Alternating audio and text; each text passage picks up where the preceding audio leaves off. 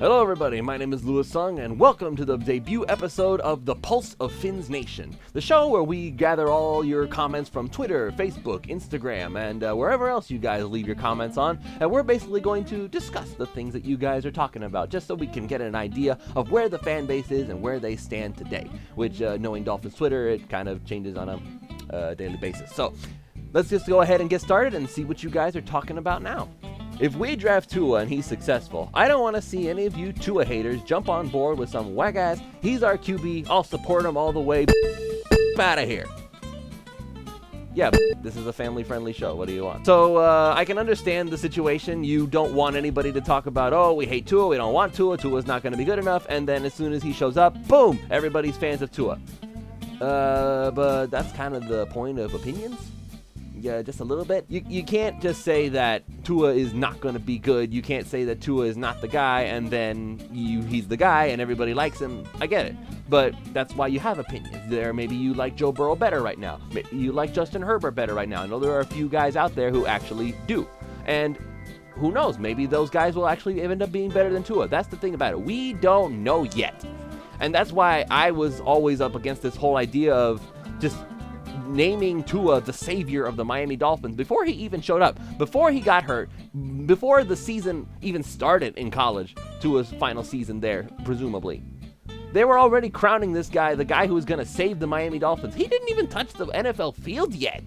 There are so many changes that are going to happen. You're going to change the speed of the game. You're going to change the intellect of the game. And I'm sure that Tua's a smart guy. I'm not saying that he's not good.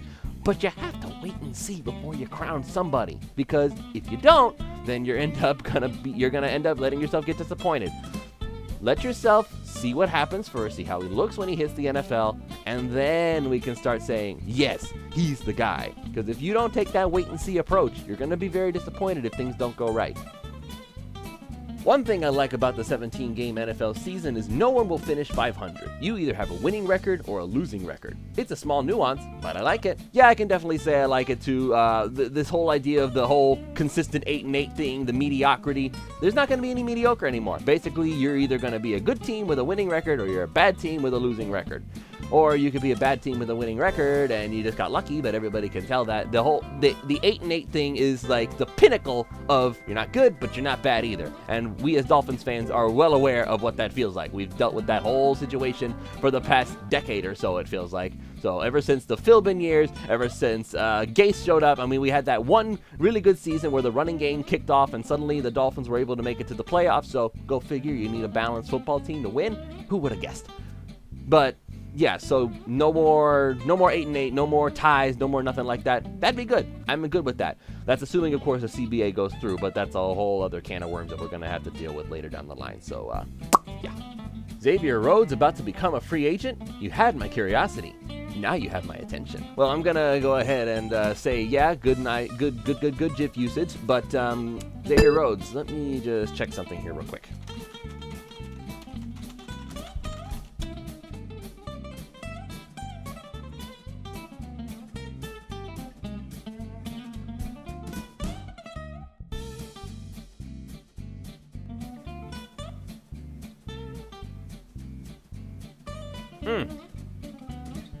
Yeah, no, I'll pass on him, thanks. Xavier Rhodes is a name that everybody recognizes, but that doesn't necessarily mean he's a good guy anymore. That's kind of like the whole idea of, remember when they signed Cortland Finnegan? Everybody knew Finnegan. He was he's a veteran, a wily guy, he's a smart guy, but he was mostly useful as a tutor, not so much as a stud corner. And just because you know who the guy is doesn't mean that he's going to be good necessarily. Xavier Rhodes, I'm so used to saying Xavier now because Xavier Howard, but Xavier Rhodes, he had his moments back then, but now it seems like he's like fallen off a cliff. I know we take Pro Football Focus with a grain of salt, but you don't get grades that low unless you had a really, really bad season. And that's exactly what Xavier Rhodes had. It's not just the grades. Look at the film. He got burned over and over and over and over again. That's not the kind of thing you want for your number 2 cornerback. If that's the case, then you're better off with Nick Needham, honestly. And there are so many better guys who are going to be available out there. I'm positive the Dallas Cowboys are going to end up letting Byron Jones walk, because there's no way they can pay him and Dak Prescott and Amari Cooper and keep everybody else together. There's no way. There's no way. So somebody's going to shake loose, and that somebody's who the Dolphins need to target. I'm hoping it's Byron Jones, because him and Xavier Howard together would be an amazing tandem right there with Sam Madison and Patrick Surtain. But Xavier Rhodes, no, just no, thank you. No, thanks. As much as I think the Dolphins need to take an offensive tackle in round 1, Epinesa/YGM are going to be hard to pass up. Okay, so yeah, AJ Epinesa, Yetur Gross-Matos, those guys they're not so much pure pass rushers as they are more balanced guys. They're kind of the guys that the Dolphins are going to be looking for, guys who rush the passer well but also are able to set the edge nicely. They're the guys right behind Chase Young. They're the consensus number 2 and number 3 defensive ends in this upcoming draft. There's nobody who even comes close to Chase Young. He's literally a generational talent. Like, you've heard that term thrown around before, all willy-nilly, and nobody actually cares about what it means and it loses its meaning. No, Chase Young actually is a generational talent. Whoever drafts him is going to be very, very happy. So whether the Redskins trade down or what, I'm hoping again that the Dolphins don't decide to trade up and give up all those first rounders, because they're going to get some serious talent there. Chase Young is going to be that next guy. So these guys, Epinesa and Gross-Matos, they're the guys right underneath him. And again, this is why I say the Dolphins need to keep their first round picks. Don't trade up. Whoever you end up getting at number 5 is who you end up getting at number 5, whether it's Tua Tagovailoa or whether it's Justin Herbert or, you know what, whoever. There are going to be quarterbacks in this draft. This draft is a very talented quarterback class, but you need to coach them up. That's the only thing about it. So do you trust your coaches to be able to get these guys going? Justin Herbert may be the most boring of the candidates, but last year he was considered the consensus best guy until he went back to school. Now everybody's looking at him like he's nothing special. Okay, you can't have it both ways. Either Herbert is good or Herbert is not. Is Herbert boring? Maybe you could look at it that way, but just because he's boring doesn't mean he's not going to be good, okay? Keep that in mind. Boring doesn't mean bad. Tom Brady was not the most exciting prospect to come out, and nobody's going to question what he's been able to do in this league.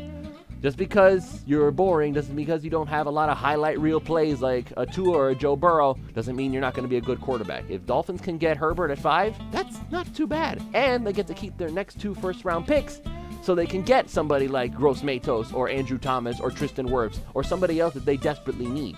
So that's why I say don't trade up, stand pat at 5, do not give in to that temptation. Dolphins need talent all over the board. There's a reason those first-round guys are invited to the draft to get their picture taken with the commissioner. 3 first-rounders, hard to come by. Dolphins got it.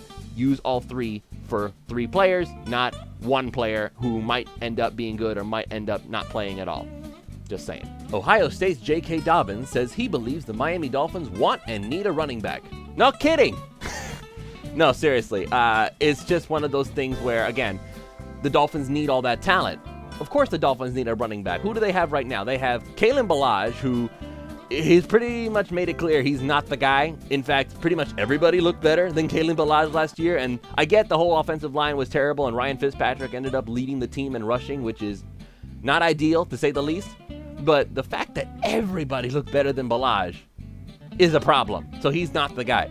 And mind you, the guys who did better than him weren't necessarily superstars either. You had Mark Walton, who looked good for a while, but then, yeah. No, that's okay. Thank you. Then you have Myles Gaskin. Then you have, of course, Patrick Laird, who became a fan favorite. He's White Lightning. He's the underdog. Everybody loves him. He's got effort. He's got talent in the sense that he's willing to use whatever he's got.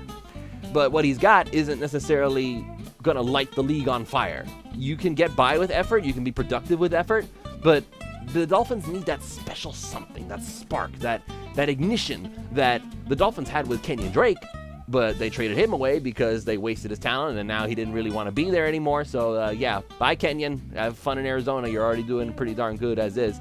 So the Dolphins need this new guy to come in and really light up the running game, be that superstar running back the Dolphins haven't had since Ricky Williams, really. I mean, Ronnie Brown, all due respect to him, he was awesome. We loved him in Miami Dolphins uniform.